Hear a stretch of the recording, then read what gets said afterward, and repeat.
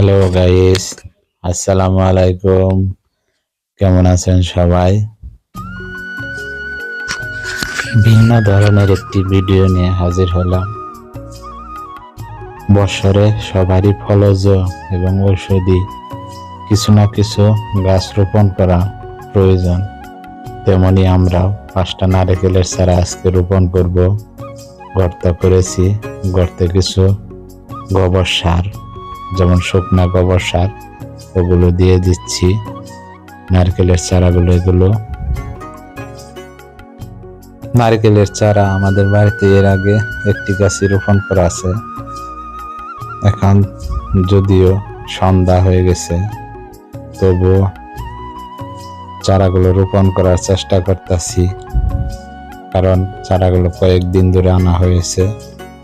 এখানে 5টা চারা রোপণ করতেছি সারিবদ্ধ করে, আমাদের বাড়ির দক্ষিণ পাশে আর কি। আজকে হচ্ছে দ্বিতীয় দিন। দেখেন নারকেলের চারা 5টায় রোপণ করছি।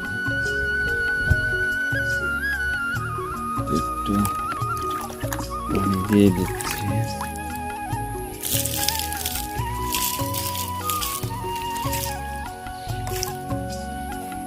যদিও বর্ষাকাল, তবুও চারার মাঝে একটু সেচের জন্য পানি দিয়ে দিচ্ছি, যেন চারাগুলাই নতুন করে তাড়াতাড়ি করে শিকড় গজায়।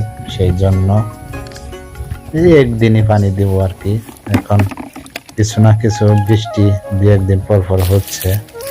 বৃষ্টির দিনে আবার বেশি পানি দেওয়া যাবে না, যেহেতু গতকালকে সন্ধ্যাবেলা রোপণ করেছি, সেই জন্য একটু পানি দিতেছি। আর তারপরেও আমাদের এলাকায় নারকেল গাছ কিভাবে পরিচর্যা করতে হয় সবারই অভিজ্ঞতা একটু কম, কারণ আমাদের এইদিকে নারকেল গাছ রোপণ মানুষে কিছু সংখ্যক করে বাড়ির উঠানে, বাড়ির পিছনে। সবাই ভালো থাকবেন, আল্লাহ হাফেজ।